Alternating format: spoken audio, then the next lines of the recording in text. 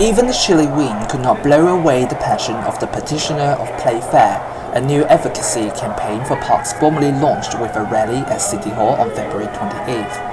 The campaign leading up to 2021 mayoral election focuses on an increase to the expense budgets for the Parks Department, which would baseline funding for park repair and park worker positions. It says the investment in green spaces would improve air quality, create resilient neighborhoods, and brings New Yorkers closer to nature. More money for parks! More than 100 protesters arrived at the City Hall about 11:45, demanding the city to put more money, $100 million, into the Park Department to protect the environment for all New Yorkers.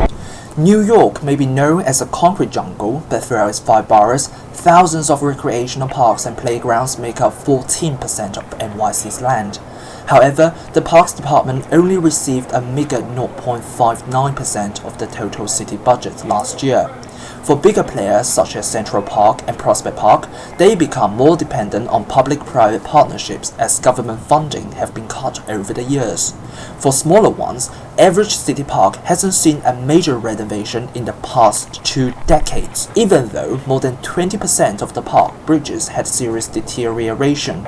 According to a 2018 study, The Pulse of Our Parks, 88% of Brooklyn parks did not have public Wi-Fi, 40% did not have a comfort station, and 11% did not have access to a drinking fountain. So the campaign is to call for to play fair with our city's park budget. I think the biggest challenge is to get our elected officials to realize the importance of maintaining our parks in order to protect our capital investments that we're making in the next 10 years. And with our other challenges such as climate change, it's imperative that we invest now in order to protect our future. This isn't the first time park lovers have tried to increase the budget for green space.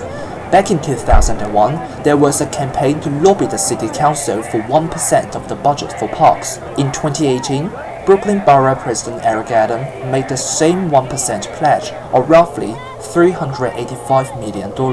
Both campaigns were aggressive but unsuccessful. You know the last time the Parks' expense budget had more than 1%? You ready for this? The 1970s! Despite the low budget percentage, some progress has been made. In 2014, Parks Department kicked off a 4-year joint program with City Parks Foundation to support 1,355 community parks group and 98,000 volunteers. In 2010, $900 million was put into a decade-long program to reimagine and refurbish historic architectures and statues in New York parks.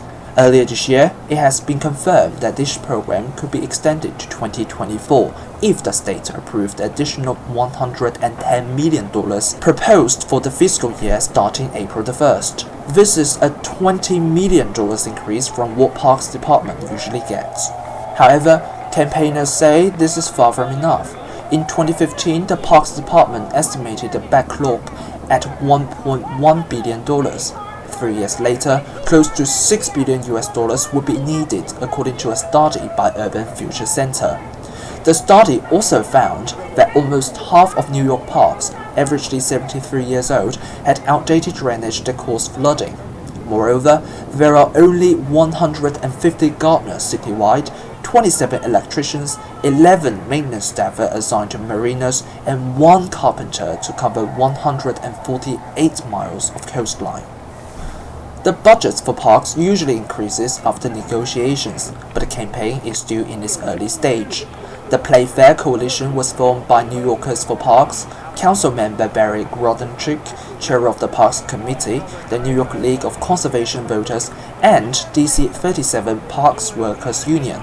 It hopes that the rally can show decision-makers that parks deserve significant public investment in maintenance operations, and park problems need to be tackled, not being kicked into the long grass.